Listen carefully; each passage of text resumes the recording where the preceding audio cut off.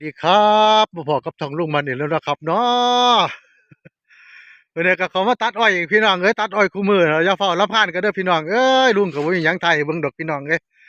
ลุงก็ทายนี่ล่ะตัดอ้อยตัดหยังอยู่นี่ล่ะพี่น้องเอ้ยอย่าเฝ้ารับพานกันเด้อพี่น้องเอ้ย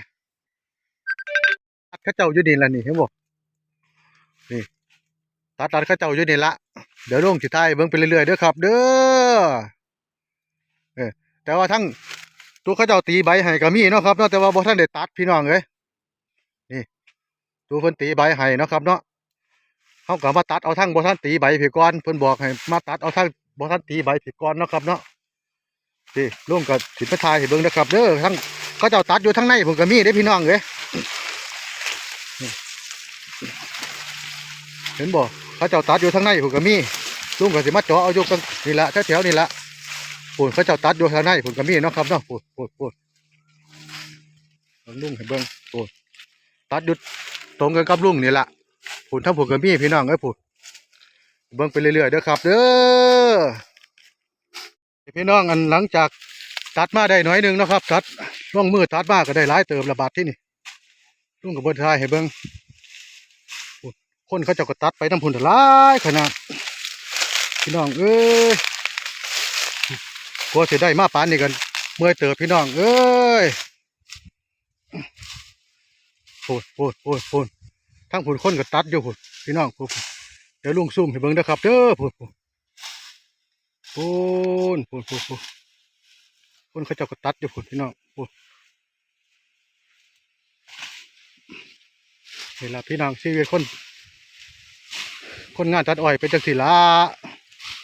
อ้อยย่องแยงก็ได้ตัดแต่ว่าบางเทื่ออ้อยล้มอ้อยหยังก็ตัดไปพี่น้องเอ้ยหลีกบ่ได้หลีกเว้นบ่ได้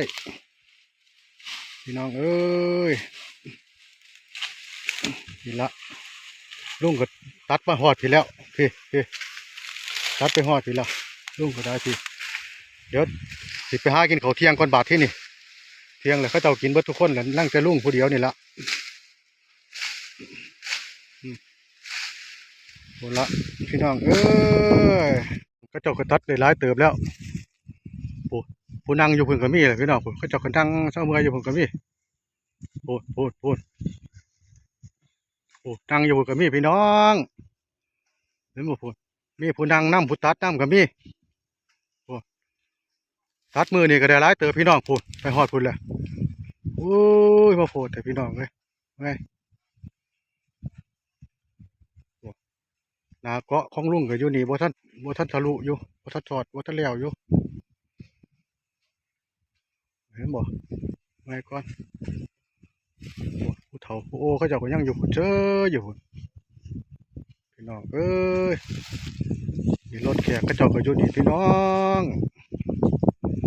ผู้ทั้งผู้ก็แล้วมาหลายเติบเลยได้อพี่น้องพี่ทั้งพี่ก็แล้วมาหลายเติบแล้วพี่โอ้พี่น้องเอ้ยคลิปนี้เอาไว้แค่นี้ก็เด้อครับเด้อคลิปหน้าจะพอกันไหมเนาะครับเนาะสวัสดีครับ